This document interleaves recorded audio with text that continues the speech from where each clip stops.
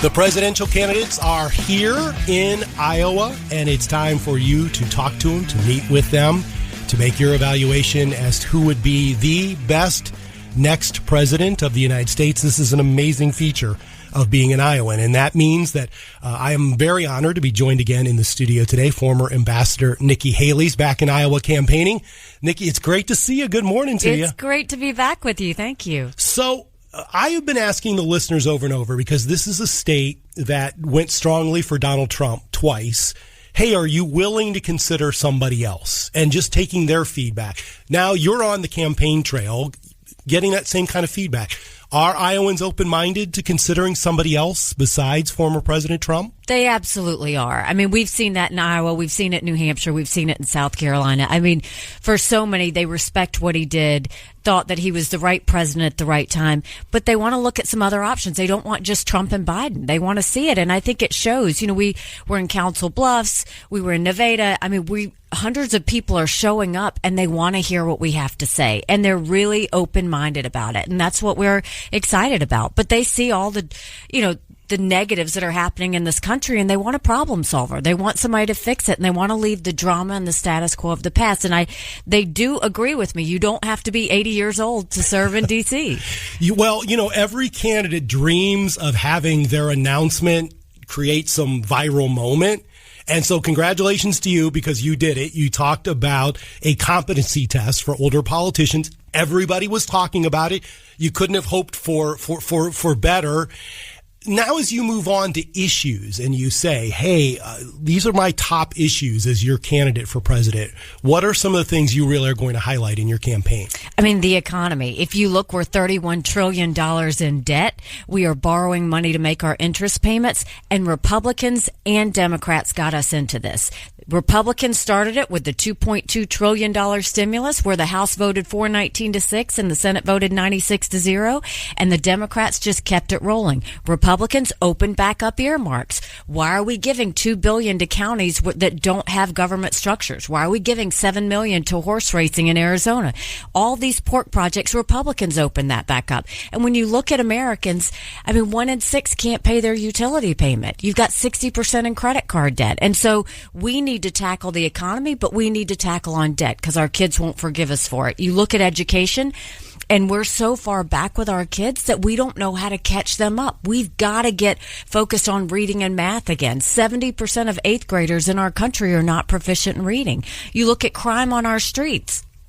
You look at the border and how all this fentanyl is coming through. Every state is a border state now. Now we're dealing with cartels. And then you look at foreign policy. Did you ever think Americans would look to the sky and see a Chinese spy balloon looking back at them?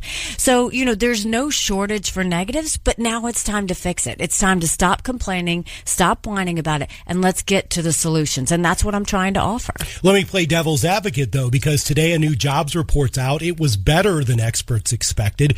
You do expect to hear from President Biden later in the day saying, hey, what I'm doing is working.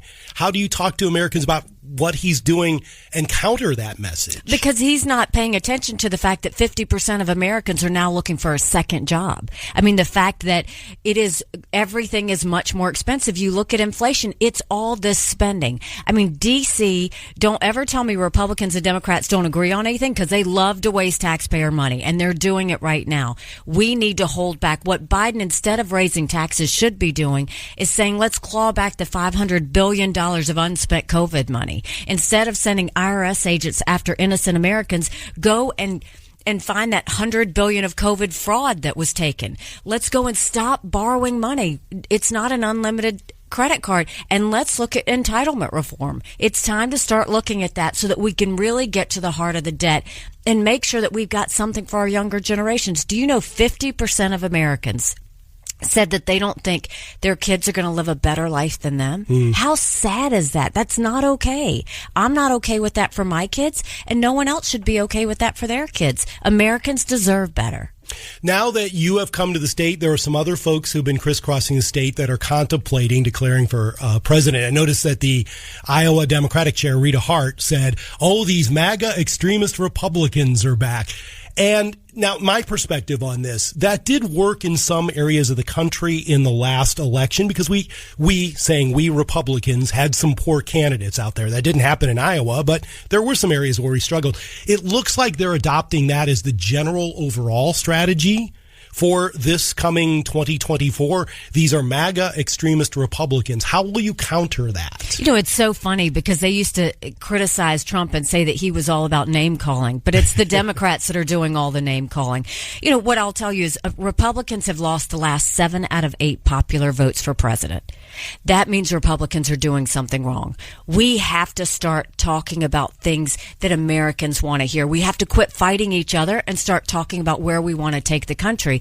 But that also means we've got to get somebody that can win the majority of Americans. And that means we have to go to the Hispanics. We've got to go to the Jewish community. We've got to go to the Asian community. We need to go to women and African Americans. I know how to do it because we did it in South Carolina. You don't say you should be with us. You say, what do you care about? And they all care about their kids' education. They all want opportunities for their kids that they didn't have. They all want a safe America that's strong abroad. So when the Democrats go and talk about MAGA extremists, what we're going to say is, no, what's extreme is $31 trillion in debt that Biden did $5 trillion just in the past couple of years. What's extremist is the fact that you're teaching critical race theory to 90% of our kids in America, and you're saying to a girl, if she goes into kindergarten, if she's white, she's bad, and if she's brown or black, she'll never be good enough. She'll always be a victim. What's extremist is the fact that you are taking away law and order on our streets and allowing criminals to reign. What's extremist is the cartels are killing Americans and no one is doing anything about it, and you're allowing millions of Americans to go across the border. What's extreme is that you allowed a spy balloon to go over this country, over every military installation, and you did nothing about it. That's what's extreme. That's how we'll push back. Former Ambassador Nikki Haley, I got her wound up. Now I'm going to release her back into Iowa. All wound up. It is always a pleasure to talk with you, Nikki Haley. Thanks very much for talking to me. Thank you. We'll keep coming back. Go to NikkiHaley.com and join us. Wound her up. 9:44 is the time. So